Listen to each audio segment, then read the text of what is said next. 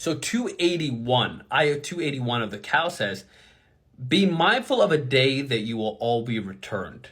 Then every soul, individual soul, will be paid in full for what it has done, and none will be wrong. So I kind of want to dive into this ayah and then give it the context of the last four ayahs here. So be mindful of a day where you will all be returned to your Lord, returned to God. So what does that mean? Well, first of all, it means that you should be aware of what you're doing, because every soul will be paid in full for what it has done. The individual soul will be paid for what it has done, which builds the entire theme that we've been going through in Baqara on self-accountability, being accountable for the things you do.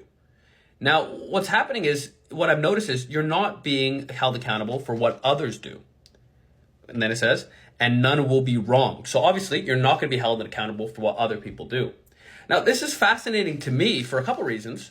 Well, firstly, when you go back to the ayah where it talks about the Prophet Muhammad saying that he can't, it's only God that can tell people, show people their religion, who can open up their hearts. It's only God. It's not anybody else. You have to think about how much stress is it to be part of a moral society, what you think is moral from your perspective, and then seeing another society act entirely immoral, or your friend acting immoral, or somebody else acting immoral. You almost feel like you have to take responsibility of it.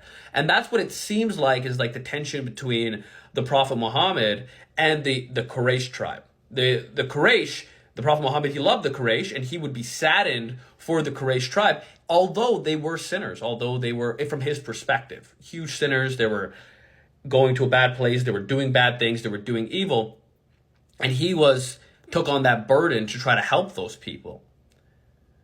But as us, as individuals, you can see people who are doing wrong, what you perceive as wrong, but you can't bear the responsibility of them doing wrong. You can only bear the responsibility of what you're doing right and wrong.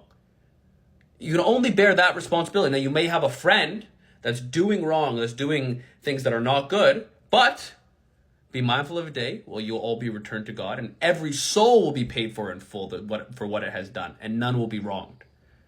So don't take the burden of other people's immorality.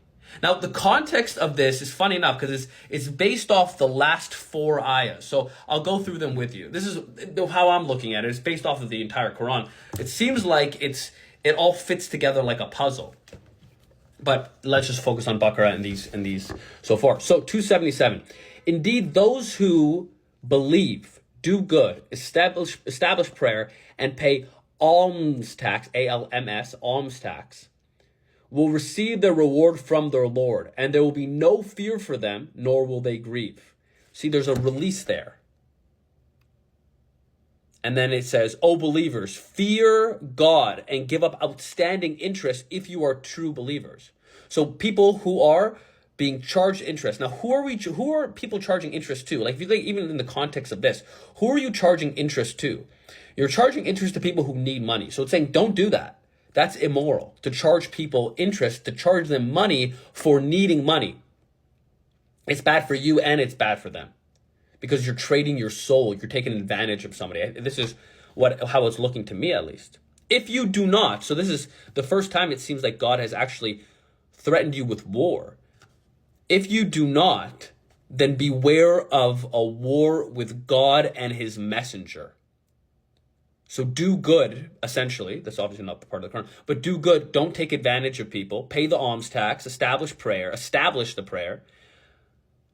They'll be fine.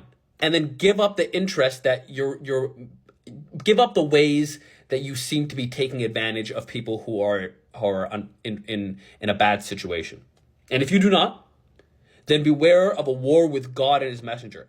And then, so there's the tension. There's the, hey, let go of this. You know, like a father telling you, hey, don't do that. That's what it seems like it seems like to me so far. But if you repent, so it's like you're not stuck. A lot of people think that if they do something bad, then they're stuck there in this bad. Everybody does bad. Everybody does sin. Remember how we were talking about before, the word sin is to miss the mark in which you aimed for. So imagine you're shooting hoops. You're trying to shoot a hoop. Boom, you miss. It's considered a sin. Since the goal is to get the ball inside the hole, the sin would be, obviously, to miss. So that's essentially what a sin is. Now, what you want to do is you want to repent for the sin that you did and then try to get better. So if you're playing basketball, you miss, you're like, okay, how do I adjust my form? Oh, I got it in that time. Same idea. Same idea. To me, I guess. But if you repent, then you may retain your principal. So hey, if you let go of the interest, you can keep the amount that's owed to you because you still borrowed the money. It's not saying give up the money. Don't go extreme in this thought process. Just you pay you lent the guy money, you lent the person money. Just don't charge them money on money. Don't take advantage of them. Help the person out. It's trying to help you help them out. It's trying to say don't do that. Don't take advantage of people. We don't want you to take advantage of each other. We don't want you to take advantage of each other. What we want you to do is help each other out. You may retain your principal, neither inflicting the harm in this case, inflicting nor suffering harm. Neither inflicting harm, so you're inflicting harm by charging people who need money for needing money, nor suffering harm. So there seems to be the law of I forget what it's called, but every action has an opposite reaction. There you go. So if you do bad to your soul by taking advantage of people, God is saying that you'll suffer for that, for taking advantage of people. And I'll go into that a little later. So then 280 says, if it is difficult for someone to repay a debt, postpone it until a time of ease. So even with the people who can't afford to pay a debt, now it seems like you've taken on a burden by helping somebody out. If they can't repay it, postpone it. Say, hey, don't worry, pay you back later. It's fine. It will be better for you. And if you waive it as an act of charity, say, hey, don't worry about it. You actually don't owe me money as an act of charity. It'll be better for you if only you knew. And then it says, be mindful of a day when you will all be returned to your Lord, all be returned to God. Then every soul will be paid in full for what it has done, and none will be wronged. So what does that mean? That means if you take advantage of people, you will have to be held in account for the advantage that you took of people. So it's saying, hey, you might have the one up now to charge people interest. You might have the one up now to take advantage of people who are in a worse position than you, but you won't always be in that position. Now, whether or not this is true after you die, isn't it true now? Don't we go from doing well now to doing poor now? Like 1 year you could do well, the next year you're in another place. Life has its ebbs and flows. So what God, or the God of the Quran, is trying to tell you here, I think, is when somebody's in a bad position, don't take advantage of them. And hopefully when you're in a bad position, somebody won't take advantage of you. And if you live that life, a life of trust where people don't take advantage of each other, take advantage is the main thing. If you treat people like they're your brothers, you treat people like they're all in this weird struggle of life, it's better for you, right? Because the reference of that would be, and if you waive it as an act of charity, it would be better for you if only you knew. So essentially helping out a brother, helping out a sister, helping out somebody who is less fortunate than you is better for you. And if you don't, prepare for war with God and his messenger.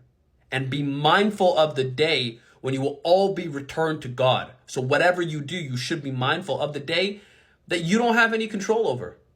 Everybody will die. This is a fact. Everybody will die. So what the Quran is claiming is when you die, you'll be returned to God, and you're going to have to answer to him for the things you've done, the times that you took advantage of people, the times that you took advantage of the people who are in the worst position. What if somebody needed money and you said, you better pay me triple, 4 times the amount? Is that not an evil deed to take advantage of somebody who needs help? How many times do we think of other people as not our brother and sister? I would ask you guys, do you think something is wrong? And you'd say, I don't know, yeah, right or wrong. Would you want that done to you? Or would you want that done to your mother? Or would you want that done to your father? Or would you want that done to your son or your daughter? Would you want that done? The answer's usually within you. Obviously, you don't want anything evil done. You know what's evil, but you're ignoring it. And you're ignoring it because we separate each other. We separate from each other. But we're all just the same in this weird planet, so we shouldn't do harm to each other. Cool. Thanks for listening, guys.